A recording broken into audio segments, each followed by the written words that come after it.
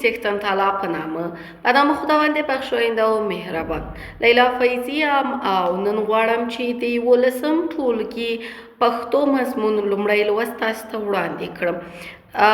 امروز میخوایم اولین درس صنف 11 مضمون پشتو را بر شما تقدیم بکنم. مخکې له لومړي لوست نه قبل از درس اول راځو په دې باندې خبرې کوو، میایم به صحبت میکنیم چې دا کتاب له څو لوستونو څخه او څو مخونو څخه جوړ شوی دی. لکه څنګه چې تاسو وینئ قبل از درس میبینیم که کتاب ما چند درس داره و چند صفحه داره و قسمی که شما میبینین لومړی کتاب پوښ دی. پوښ کتاب هست پښتو 11م ټولګي. ملي سرود وروسته له هغه نه د کتاب په اړه ده چې پښتو 11م ټولګي صنف 11 د دري ژبو لپاره برای دری زبان ها.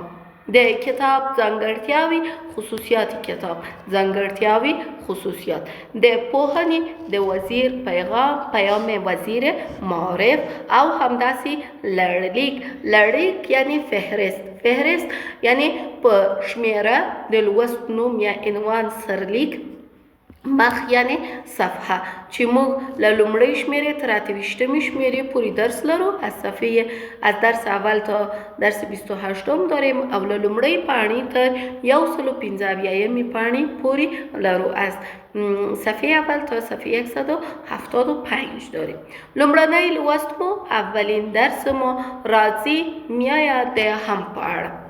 وګورئ ګرانو زده کوونکو، ببینین شاګردان عزیز، لومړی لوست په هر کتاب کې د هم په نوم ده او د هم په نامه باندې پیلیږي، به نام حمد آغاز میشه.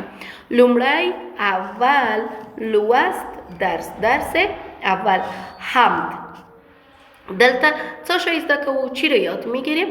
موږ او تاسې د پښتو ژبه زده کوو، دا چې په پښتو ژبه کې نوې کلمې دي هغه زده کوو او همداسې حمد پیژنو، په لغت او اصطلاح کې یې پیژنو، د لغت او اصطلاح یاد میگیریم، میشناسیم. دغه شعر لولو او ملالتاړ پیژنو، ملالتاړ هم میشناسیم. نو تاسې ښه غوږ ونیسئ، خوب گوش بگیرین تر څو دغه درس ښه زده کړئ. هم ټوله ثنا او ستاینه ستایش یوازې تنها د الله لشان با شوکت با خداوند خواهی میزیبد، ځکه چې به خاطر که هغه او د ټولو همه مخلوقاتو پیدا کننده او پالونکی و پرورش دهنده است. د الله تعالی صفات له حد زیات دي. صفات خداوند از حد زیاد است. طول مخلوقات د خدای حمد او ثنا وای میگوید. تمام مخلوقات ثنا و ستایش خدا را میگوید. د الله تعالی د لویوالی، بزرگی، قدرت او صفات و ستایلو یعنی ستایش تا حمد ویل کیږي گفته میشه. به ستایش کردن و به ازی که صفتهای خداوند را، قدرتهای خداوند را، بزرگی خداوند را بستاییم، ستایش کنیم، او رو چی میگیم؟ حمد میگیم. مو خپل لومړی لوست ما اولین درس خود را لومړی لوست یعنی لومړی لوست د پښتو ژبې زبان پښتو د یک شاعر په هم پیلو به حمدش آغاز میکنیم.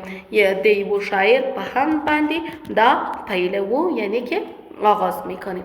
حمد څه ته وایي؟ حمد به چی گفته میشد؟ حمد د الله تعالی ستاینی ته ویل کیږي.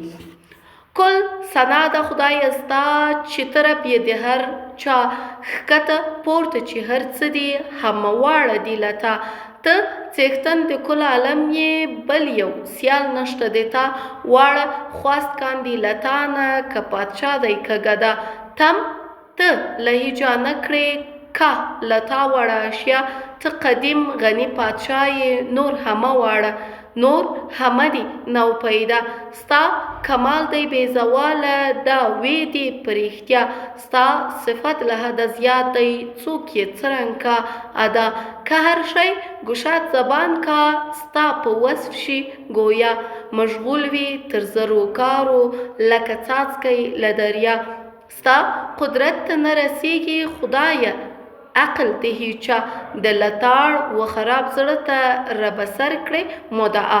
اوس یې راځو او ترجمه کوو. حالا میایم باید ترجمه میکنیم. کل ثنا د خدای است، کل تمام ثنا و ستایش خداوند برای توست. چی تو ربیت هر چا، که تو خدای هر کس هستی. خکتا پورت چی هر چی دی، در پایین و در بالا همه چیزی که هست هدفش زمین و آسمان است. در زمین و آسمان همه چیزی که هست همه وار دیلتا کلش از تو هست. تو تکتن د کل عالمی، تو خالق تمام عالم هستی. تکتن خالق، بل یو سیال نشده تا دیگر رقیب تو نداری. سیال رقیب. واره خواست کاندی لتانه، همه از تو خواست میکنن، همه از تو میخواین که پادشاه دی که گدا، اگه پادشاه هست یا گدا هست. تم لهیچا نکری، تو از هیچ کسی توقع نمی کنی، طمع نمی کنی که لتاوار اشیا میکنن همه اشیا، همه مخلوقات از تو چی توقع، همه اشیا از تو توقع میکنن، تو از هیچ کسی توقع نمی کنی. تو قدیم غنی پادشاهی، تو پادشاه قدیم و غنی هستی، یعنی قدیمی هستی. نور همه دی نوپیدا، دیگه همه نوپیدا هستن، جدیدن به وجود آمدن. ستا کمال دی بیزواله، کمال تو قدرت تو بیزوال است، غیر نابود شدن هست، بدون نابودی هست. داویدی پریختیا، این سخن هم براستی هست، یا این سخن واقعی هست و حقیقت داره. ریختیا واقعیت، حقیقت، راست و سخن.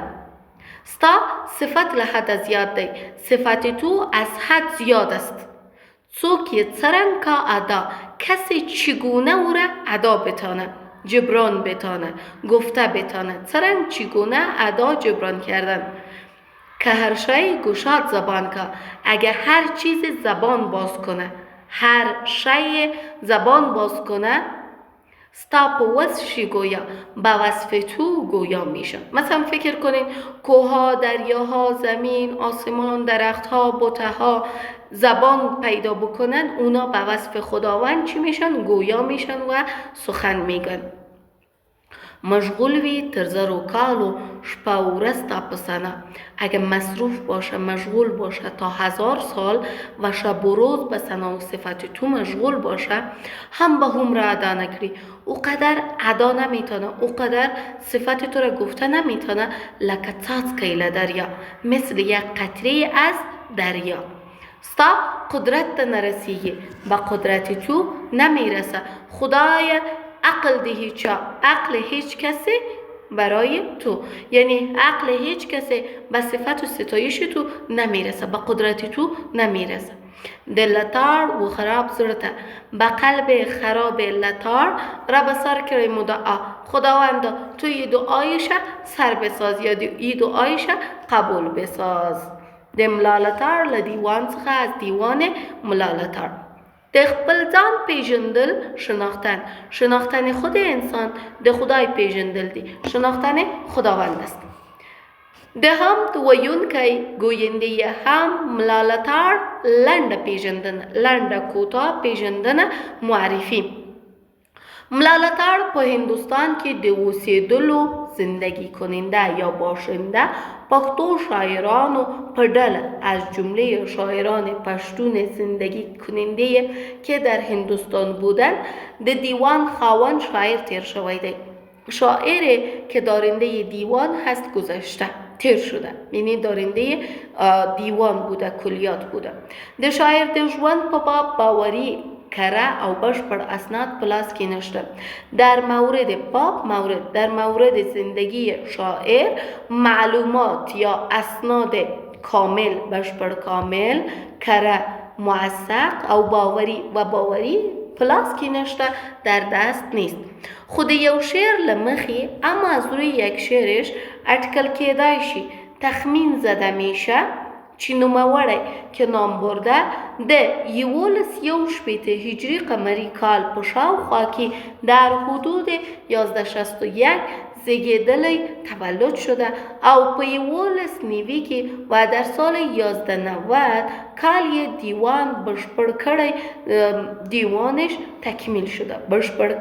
دیوانش تکمیل شده. شاید د ملالتړ اصلی جای اصلیش سلمان یا شلمان وي. سلمان باشه او عمر یې په هند کې تیر کړی دی و عمر خود د هند گذشتانده. دیوان یې په 1380 هجری قمری کال په کابل کې چاپ شوی. دیوانش در سال 1367 در کابل چاپ شده.